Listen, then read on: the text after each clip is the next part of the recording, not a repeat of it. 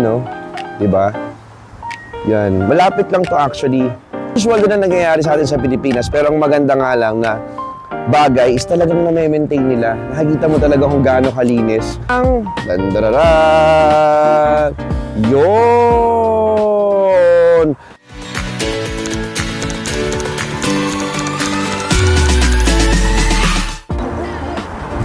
What's up mga kalakwatsa? Siyempre, ngayon ay ginabi na tayo kasi medyo naging busy tayo kaninang umaga. Maraming inasikaso, nagtrabaho. And siyempre, hindi ko palalagpasin yung araw na to nang hindi ako pumupunta sa isang lugar na naman na talaga namang famous dito sa Haiku City. Ang ganda niya mga kalakwatsa. And nandito ako ngayon sa Century Park nila. Tinatawag nila yung Century Park. Napakalinis, napakaganda ng area. Ayan o, makikita nyo mga kalakwatsa. Although gabi na, pero marami pa rin tao kasi maraming nagsistroll, maraming tumatakbo, nag-run. Tapos sa banda doon area, maraming kainan.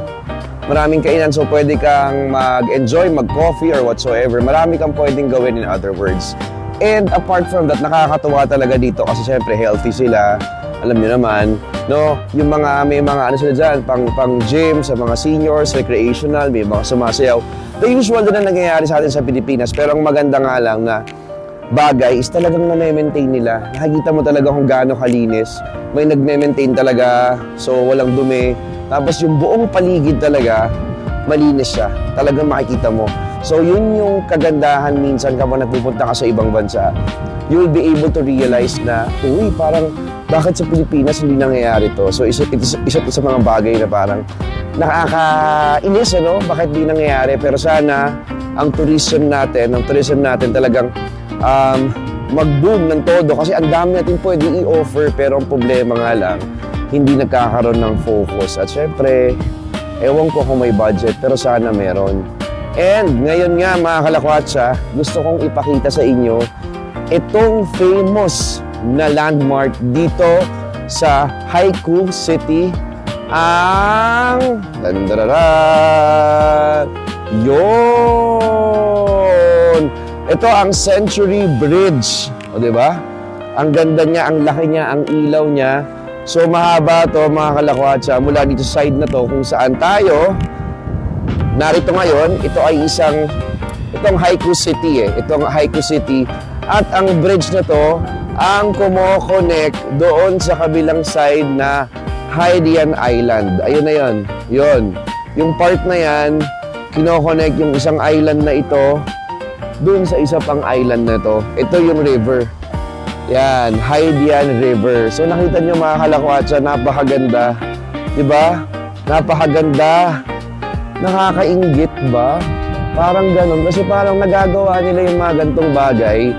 Nagagawa nila yung mga gantong bagay sa ibang bansa na alam natin na pwede naman natin gawin sa Pilipinas. Talagang, kumbaga, capable naman tayo. Pero yun nga lang, sa kasamaang palad ay napupunta sa mga bagay na hindi dapat. Pero sana, alam niyo mga kalakwatsa, ito yung isa sa mga, kumbaga, natutuwa ako pag nag-travel ako. Kasi, kapag nag-travel ako, nakikita ko yung pwedeng mangyari sa Pilipinas. At kung titignan mo, marami rin namang bagay sa ibang bansa na meron tayo sa Pilipinas. So parang kailangan lang natin yung sustainability, kailangan lang magawa ng tama, kailangan lang talaga ma-focus, meron talagang mga ahensya ng government natin, nandoon talaga sila sa ano ba ang goal natin, objective natin for tourism. Kasi sayang Imagine yung mga kalakwatsa, sobrang linis. Diba? Napakalinis. Na-maintain yung mga halaman dito. Ayan diba? Hindi siya yung parang masabi lang. So, isa yun sa mga masasabi ko na nakakalungkot isipin na tayo sa Pilipinas, kinukulang tayo sa ganung bagay. Kasi napakalaki ng potential ng ating tourism. Dapat makasabay tayo sa maraming turistang dumarating sa mga bansa na katulad natin, like sa Thailand, sa Taiwan, sobrang dami. Yun ang pinaka-importante. So ito mga kalakwatsa, sasabi ko sa inyo side na kung saan may mga stores dito sa park na to, Century Park. Maraming kainan dito, pwede kayong tumambay. And napakasarap. Ngayon nga malamig. Malamig kaya naka jacket ako ngayon, naka sweater kasi sobrang lamig ko, inuubo na ako, di ba? Ayun yung kabilang side. Malamig kasi mga kalapats. Kaya talagang sobrang inuubo na ako. Ito ilalim ng bridge. Nasa ilalim tayo ngayon ng bridge. Ayan yun, di ba? Nakita nyo, oh. Di ba? Ito yung buong sa Haiku. Napakaganda dito sa Haiku, sa Hainan. Talagang, kumbaga, develop ang kanilang city, develop ang kanilang lugar. Diba? Nakakatuwa. So ito yung isa sa mga sinasabi ko mga sa inyo na dapat talaga pwede niyong puntahan. Pati yung mga, kumbaga, notices, mga landmarks, mga reminders nila. Ayan o, pinagastusan talaga nila, nakakatuwa. At saka malinis talaga mga kalakwatsa. Ito nga parang bagong yun yun, pulang-pula o. Oh, di ba? Pulang-pula, parang bagong floor wax. Di ba? Ang ganda-ganda dito. Kaya nakakatuwa din sa mga panahon na ganito. Siyempre, nakakapagnilay-nilay ka at na-enjoy mo yung kultura ng iba't ibang bansa na pinupuntahan mo. So, yan yun, no? Di ba? Yan. Malapit lang to actually. Kasi kung gusto nyong mamili ng mga souvenir items or mga pasalubong nyo, bibili niyo yan sa may Kilo Old Street. Ang na-realize ko, napakamura pala ng mga local products nila.